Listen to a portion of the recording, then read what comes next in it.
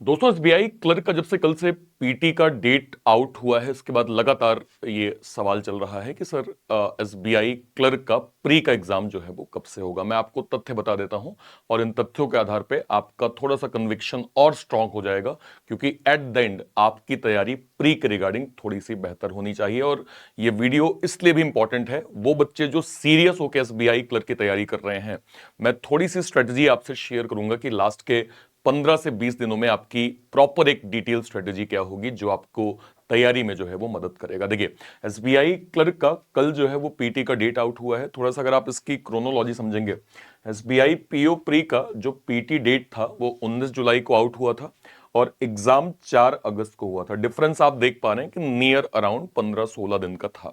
Same तरीके से अगर मैं कहूं कि एसबीआई क्लर्क प्री का जो पीटी का डेट है वो 3 सितंबर को रिलीज हुआ है, तो इसका जो आपका एग्जाम होगा नियर 20 सितंबर के आसपास होगा। अब इसमें दो चीजें हैं, एक तो 20 से स्टार्ट हो जाए, 20 के आसपास, नहीं तो फिर 26 तो आप लगभग फिक्स मानिए, लगभग आप 26 फिक्स मानिए। इन दोनों के आसपास वैसे तो आपके दिमाग में पहला 20 ही होना चाहिए कि आज अगर 4 तारीख है तो आपके पास फिर 15 दिन का समय और है, 15-16 दिन का, और आपको 20 जो है वो तारीख से हो सकता है आपका ही पहला शिफ्ट हो। ऐसा अपने आप को एज्यूम करेंगे तो आपकी तैयारी थोड़ी सी एक स्टेप और जो है वो बेहतर होगी। आप समझिए 15 दिन का समय है आपके पास, क्या आप ऐसा करेंगे जो आपको एसबीआई क्लर्क के एग्जाम में औरों से थोड़ा बेहतर कर दे।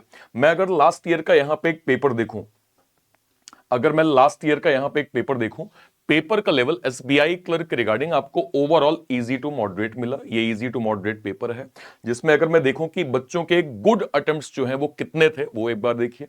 आप देख पा रहे हैं कि किसी एक सेक्शन की फर्स्ट मार्च की फर्स्ट शिफ्ट की मैं बात कर रहा हूं, इंग्लिश में लगभग 22 से 25 बच्चों ने गुड अटेम्प्ट किए थे, रीजनिंग में 27 से 29 गुड अटेम्प्ट्स थे, और मैथ्स का लगभग 23 से 26, नियर अराउंड 80 के आसपास बच्चों के अटेम्प्ट्स यहां पे अच्छे गए थे। ठीक है, अब जरा पेपर को आप देखिए। अगर आप इस पेपर को समझेंगे, लास्ट ईयर का जो पैटर्न एसबीआई क्लर्क का था, आप देख सकते हैं अनसर्टेन एक लीनियर, स्क्वायर का arrangement 4 inside 4 outside, comparison puzzle यानी इसको हम रैंक टाइप पजल बोल सकते हैं, बॉक्स बेस्ड पजल 7 बॉक्सेस हैं, नंबर सीरीज 5 क्वेश्चन कंप्लीट, एक नंबर सीरीज मतलब 3 नंबर की एक कंप्लीट सीरीज थी, उसके 5 अलग अलग नंबर दिए हुए थे, Chinese coding substitutional coding 5 question, syllog 3 question, inequality 3 question, direction 3 question, जो है वो पेयर फॉर्मेशन एक क्वेश्चन, एक वर्ड बेस्ड क्वेश्चन था जिसमें वॉवल को हमें +1 करना था, कॉन्सोनेंट को -1 करना था। अब प्रैक्टिकली आप देखिए, इसमें एक भी ऐसी पजल नहीं है जिसको आप सॉल्व ना कर सकते हो, और ओवरऑल पैटर्न तो बहुत ही, अगर मैं कहूं बहुत आसान था। अगर मैं ये कहूं कि आप पजल को बाद में ट्राई करें, पहले आप जो है वो मिसलेनियस को ट्राई करें। देखिए, इनइक्वालिटी से लॉग 3 क्वेश्चन पके पकाए 6 क्वेश्चन, आपका बेसिक कॉन्सेप्ट क्लियर है, तुरंत आंसर आ जाएगा। चाइनीज कोडिंग 5 क्वेश्चन सीधे एलिमिनेट करो, वैल्यू आ जाती है। नंबर सीरीज के क्वेश्चन मैंने आपको बहुत करवाए हैं, मतलब इतने कि अगर आप मेरी रेगुलर क्लास कर रहे हैं तो शायद आपको ये पेपर हलवा लगेगा। मैं सारे बच्चे जितने मुझे पहली बार देख रहे हैं सभी से मैं रिक्वेस्ट करूंगा, इस चैनल को आप लोग सब्सक्राइब जरूर कर लीजिएगा, क्योंकि इस चैनल पे लास्ट के जो 15 दिन है एकदम भाई साहब गर्दा उड़ने वाला है। कारण यह है कि मैं डेली 2 तरह के सेशन लेता हूं, एक कंप्लीट में पजल का सेशन जिसमें मैं डेली आपको 15 पजल करवाता हूं, वो भी स्पीड के साथ। अगर मैं आपको थोड़ा दिखा पाऊं, यहां पे देखिए ये चैनल है, आज ही मैंने एक सेशन लिया है जिसमें आज के आज जो है हम लोगों ने लगभग लगभग इस सेशन में जो है वो कितने 12 से नहीं लगभग 13 से 15 पजल किया है। तो हम लोग डेली 15 पजल की भी प्रैक्टिस करेंगे और साथ में जो है वो कंप्लीट 35 नंबर के क्वेश्चंस की भी प्रैक्टिस करेंगे। ये दोनों सेशंस आपके एसबीआई क्लर्क की प्रिपरेशन के लिए मोर देन सफिशिएंट होंगे। साथ में मैं आपको पीडीएफ प्रोवाइड कर रहा हूं, क्लास खत्म होते ही आपको वीडियो के लिंक में या फिर टेलीग्राम पे आपको पीडीएफ मिल जाती है। मेक श्योर करें सारे बच्चे चैनल को सब्सक्राइब जरूर कर लें। हमारा टारगेट ही है कि हमें रीजनिंग के अंदर 35 बाई 35 लाना है। और ये बात मैं जो है वो फिर कह दूं कि अगर आपने अर्पित सर का कंटेंट पढ़ लिया और अच्छे से रिवाइज कर लिया और आपकी स्ट्रेटजी सही है किस प्लानिंग के साथ आपको पेपर देना है, तो आपके लिए 35 बाई 35 कोई बड़ी बात नहीं है।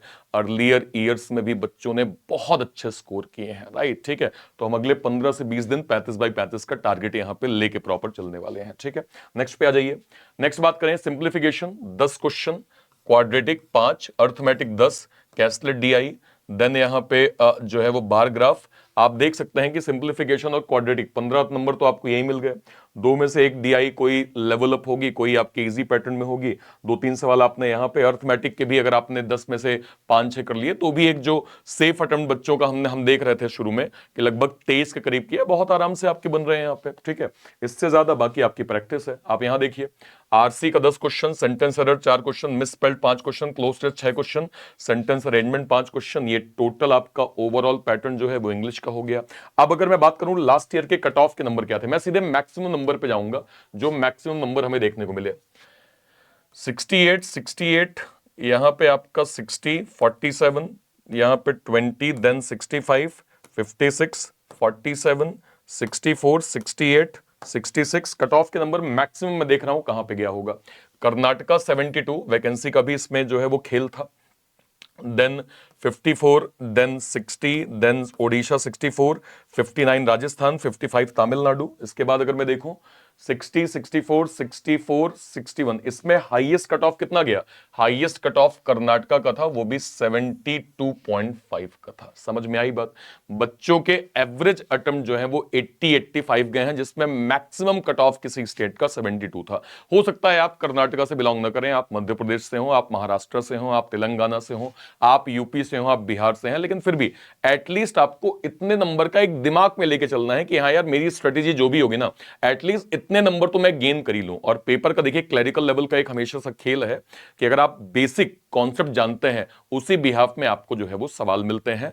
कॉन्सेप्ट पे सवाल ज्यादा मिलते हैं, तो मेक श्योर करें कि आप जो भी सिंप्लीफिकेशन है, सिलॉग इनइक्वालिटी है, पजल के मैंने आपको बता ही दिया कि वन स्टॉप सॉल्यूशन अगले 15 दिन आपको मेरी क्लास करनी है। मैं आपको पीडीएफ दूंगा और 15 दिन में लगभग हम लोग 500 पजल करेंगे, 500 पजल करेंगे। और अगर आप ये 500 पजल को रिवाइज कर लेंगे, शायद आपके लिए एग्जाम लल्लत टॉप हो जाएगा। इसलिए चैनल को सब्सक्राइब जरूर कर लीजिएगा।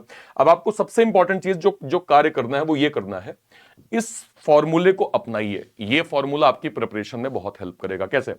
सबसे पहले आपको देना है मॉक टेस्ट, उसको एनालिसिस करो। अगर मॉक टेस्ट देने से सिलेक्शन हो जाते ना, तो आज बहुत सारे बच्चे बैंक के अंदर जो है वो अधिकारी होते।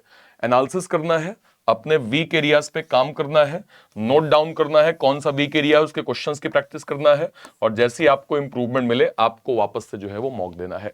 डेली एटलीस्ट एक मॉक देने की आप प्रैक्टिस कर लीजिए। और मैं फिर कहूंगा कि मॉक देना इंपॉर्टेंट नहीं है, उसको अच्छे से एनालिसिस करना इंपॉर्टेंट है। एनालिसिस के लिए सबसे इंपॉर्टेंट चीज मैं आपको बताऊं, जब आप मॉक देते हैं ना, तो आपके मॉक में 2 कॉलम आते हैं, ध्यान दीजिएगा।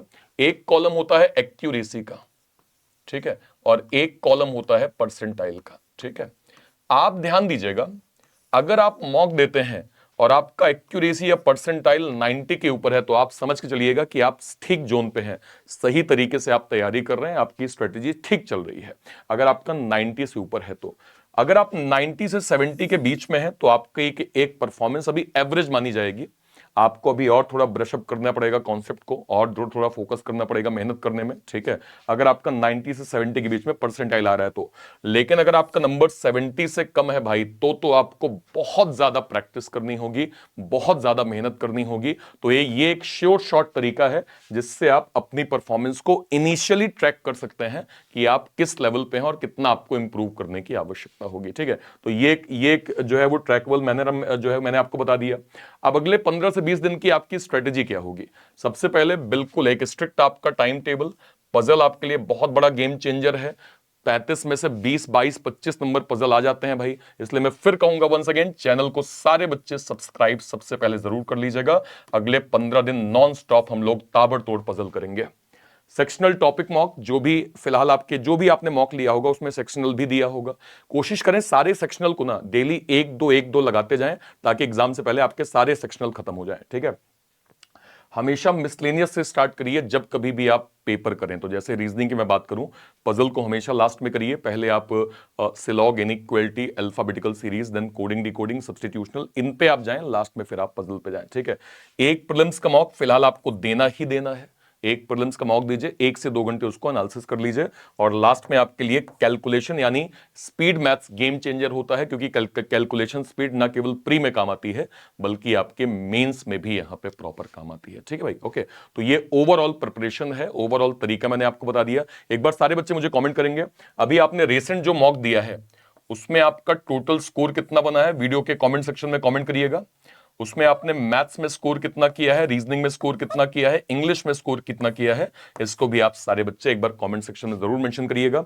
और उस मॉक में आपका परसेंटाइल कितना था, ओवरऑल परसेंटाइल कितना था, ये आप लोग मुझे कमेंट सेक्शन में जरूर कमेंट करिएगा। ठीक है, एक इंपॉर्टेंट चीज मैं आपको अपडेट कर दूं, अभी आईबीपीएस आरआरबी का नोटिफिकेशन आया है, जिसके बिहाफ में हमने यहां पे 2 स्पेशल बैचेस, एक सरकारी बाबू का कंप्लीट आरआरबी पीओ क्लर्क का डेडिकेटेड बैच यहां पे प्लान किया है, जो बिल्कुल प्री मेन से लेकर इंटरव्यू तक कंप्लीट टीम आपके सामने है, जो आपको आरआरबी के लिए प्रॉपर गाइड करेंगे। देन हमने यहां पे हमारे डिफेंस के जो एक्स सर्विसमैन जो सर लोग हैं उनके लिए डेडिकेटेड हमने कंप्लीट आरआरबी का जो है वो बैच यहां पे लॉन्च किया है। एक्स सर्विसमैन के जो भी सर लोग हैं वो इसको प्रॉपर यहां पे अवेल कर सकते हैं। और तीसरा, मेरा रीजनिंग का इंडिविजुअल यहां पे आपको बैच मिल जाएगा, जो आपको कंप्लीट 799 में, जिसमें सारे मेरे बड़े batches, one stop solution, Neev foundation, Lakshya mains का टॉपिक वाइज बैच, जुनून का SBI clerk pre plus mains का बैच, उड़ान का IBPS clerk pre plus mains का बैच, और ग्रामीण बैंकर्स बाबू का प्री प्लस मेंस का कंप्लीट बैच आपको मिल जाएगा। ये सारे बैचेस आपको कहां मिलेंगे, आप जो है वो मेरे चैनल पे हैं, इस चैनल के लाइव सेक्शन में कोई भी एक आप वीडियो क्लिक कर लीजिए। जैसे मान लीजिए एसबीआई क्लर्क आज शाम को, सारे बच्चे आज शाम को मैं एक ऑफिशियल पीटी का पेपर लेने वाला हूं, जो ऑफिशियल पेपर है ये शाम को 7 बजे होगा। मेक श्योर करें आप सबकी अटेंडेंस जरूर होनी चाहिए। इस पे अगर मैं क्लिक करूं तो इसके अगर आप डिस्क्रिप्शन बॉक्स में जाएंगे, जैसे ही आप इसके डिस्क्रिप्शन बॉक्स में गए,